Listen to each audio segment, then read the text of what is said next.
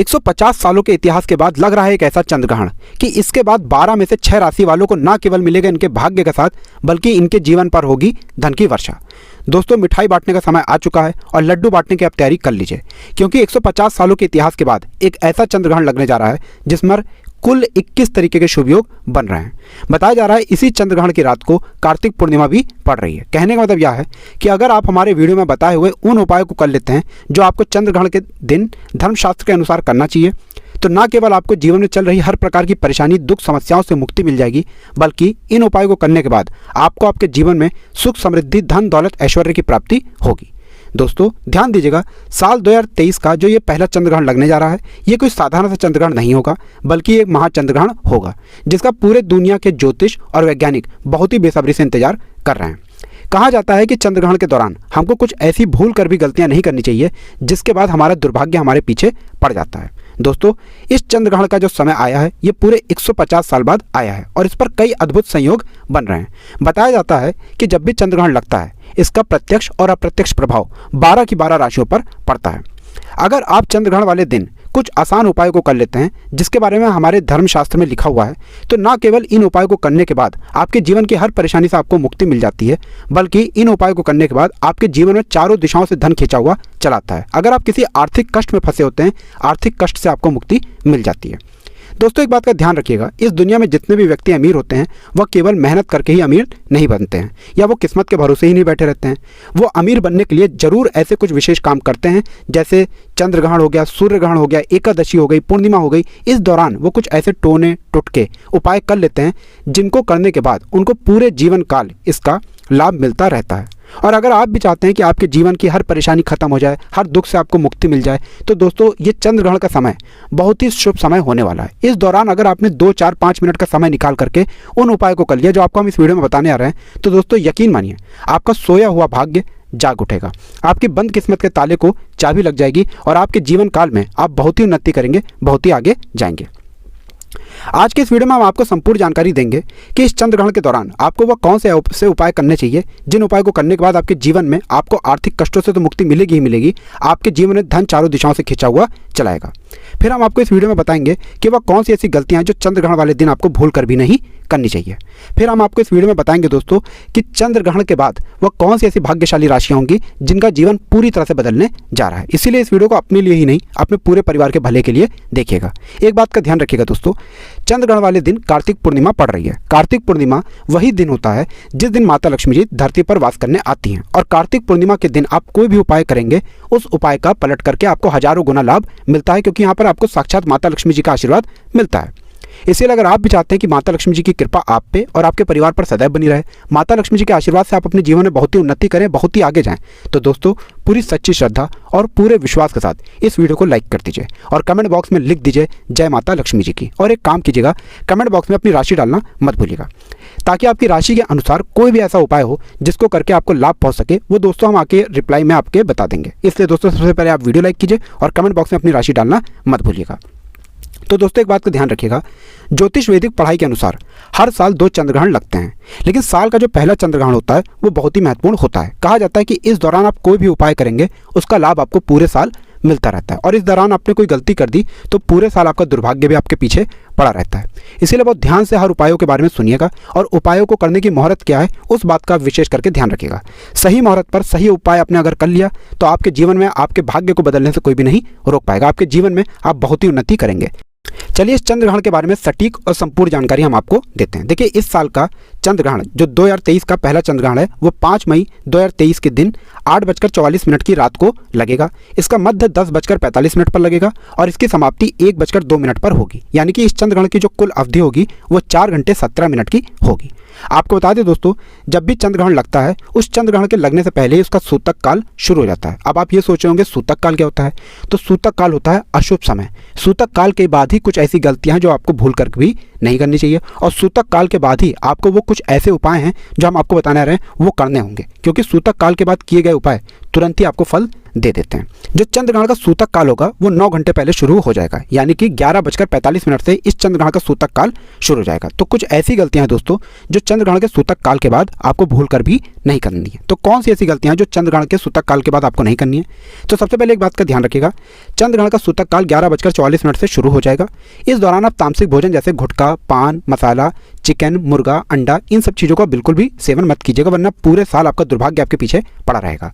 कहा जाता है कि चंद्रग्रहण के सूतक काल के बाद ना तो लोहा खरीदाता है ना तो नमक खरीदाता है। तीसरा, इस बात का विशेष करके ध्यान रखिएगा, चंद्रग्रहण का सूतक काल जैसे ही शुरू हो जाता है आपको इस बात का विशेष करके ध्यान रखना होगा, जो आपके घर की गर्भवती महिलाएं हैं वो घर के अंदर ही रहें। इसी प्रकार से जो सूतक काल शुरू हो जाता है दोस्तों, इस बात का विशेष करके ध्यान रखिएगा, अगर आपकी शादी हो चुकी है आप शारीरिक संबंध अपनी पत्नी अपने पति के साथ ना बनाएं। और हमारे धर्मशास्त्र में साफ साफ लिखा हुआ है कि जैसे ही चंद्रग्रहण का सूतक काल शुरू हो जाता है उसके बाद अपने घर के बड़े बुजुर्ग, महिला, किसी पे भी आप लोगों को चिल्लाना नहीं है। कहा जाता है कि अगर आप ऐसा करते हैं तो इसका सीधा प्रभाव आपके भाग्य पर पड़ता है। और जैसे ही चंद्रग्रहण का सूतक काल शुरू हो जाए दोस्तों, इसके बाद आपको घर के मंदिरों के सारे पट वगैरह बंद कर देना चाहिए और आपको मूर्ति स्पर्श करने से बचना चाहिए। इसी तरीके से चंद्रग्रहण के सूतक काल शुरू होने के बाद इस बात का विशेष करके ध्यान रखिएगा, किसी भी जानवर को आप ना सताएं, वरना आपको बहुत दिक्कत का सामना करना पड़ सकता है। अब चंद्रग्रहण चालू होगा 8:44 पर, इसके बाद आपको कौन सी गलतियां नहीं करनी है? तो जैसे ही चंद्रग्रहण शुरू हो जाता है इस बात का विशेष करके ध्यान रखें, ना तो आप भोजन बनाएं ना तो भोजन खाएं। इसी प्रकार से चंद्रग्रहण लगने के बाद घर की महिलाओं को इस बात का विशेष करके ध्यान रखना होगा कि वो ना तो कंघी को करें ना कंघी को देखें। इसी प्रकार से आपकी घर की महिलाएं, कन्याएं और बच्चियों को ये बात का ध्यान देना होगा, जो भी आपके घर में रहता है चंद्रग्रहण के लगने के बाद वो किसी भी नोकीली चीज़ जैसे चाकू, छुरी, सुई, इन सब चीज़ों से दूर रहना होगा। बस इन्हीं चीज़ों का आपको विशेष करके ध्यान रखना होगा और इस चंद्रग्रहण का कोई भी दुष्प्रभाव आप पे और आपके परिवार पर नहीं पड़ेगा। अब इस चंद्रग्रहण के बाद आप वो कौन से ऐसे उपाय हैं जिनको करके अपने जीवन में न केवल धन की प्राप्ति कर सकते हैं बल्कि आपके जीवन में सुख समृद्धि की आप लोग को वृद्धि होते हुए दिखेगी। चलिए आपको एक एक करके सारे उपायों के बारे में बताते हैं, लेकिन अभी तक आपने वीडियो को लाइक नहीं किया है तो वीडियो को लाइक कर दीजिए। देखिए, सबसे पहला उपाय है धन प्राप्ति का महाउपाय। अगर आप चाहते हैं कि आपके जीवन में धन की वर्षा हो, आपके जीवन में धन चुंबक की तरह खिंचा हुआ चला है और माता लक्ष्मी का आपको साक्षात वरदान प्राप्त हो, तो कोई पीतल की कटोरी, पीतल का ग्लास, पीतल की चम्मच, पीतल का गुच्छा, कुछ भी पीतल का पदार्थ खरीद करके आपको सूतक काल के बाद लाना है और चंद्रग्रहण से पहले लाना है। अब ये आप खरीद करके लिया है, चंद्रग्रहण 8:44 पर शुरू होगा। उससे पहले एक लाल कपड़े में इस पीतल के चाबी, गुच्छे, कटोरी जो भी आप खरीद करके लाए हैं, इसको एक लाल कपड़े में रख करके बांध दीजिए और अपने घर की छत पर ऐसी जगह रख दीजिएगा जहाँ पर चंद्रमा की रोशनी आती हो। बस इतना आपको करना है। चंद्रग्रहण के दूसरे दिन इसी पोटली को उठा करके लाइए, अपनी अलमारी में, तिजोरी में दक्षिण दिशा में रख दीजिए। आपने यह उपाय कर लिया तो यकीन मानिए दोस्तों, आपके जीवन में धन आना बंद हो गया था, धन आना भी शुरू हो जाएगा। धन जो आएगा वो रुकेगा भी, टिकेगा भी, उसमें वृद्धि भी होगी और आप अपने जीवन में खुद देखेंगे कैसे आपके जीवन में जो धन संबंधित परेशानियां थी वो खत्म हो जाएंगी। दूसरा उपाय जो हम आपको बताने आ रहे हैं दोस्तों, यह एक ऐसा उपाय है जो आपके बंद पड़े व्यापार को चला सकता है। बहुत ही आसान सा उपाय है। चंद्रग्रहण का सूतक काल शुरू होगा 11:44 पर। तुरंत आपको जाना है किसी भी पूजा घर से 6 बंडल वाला मौली धागा खरीद करके लाना है। जो मौली धागे के बंडल होते हैं वो खरीद करके ले आइए और सूतक काल के बाद इसको अपने घर के पूजा घर पर रख दीजिए। बस इतना आपको करना है।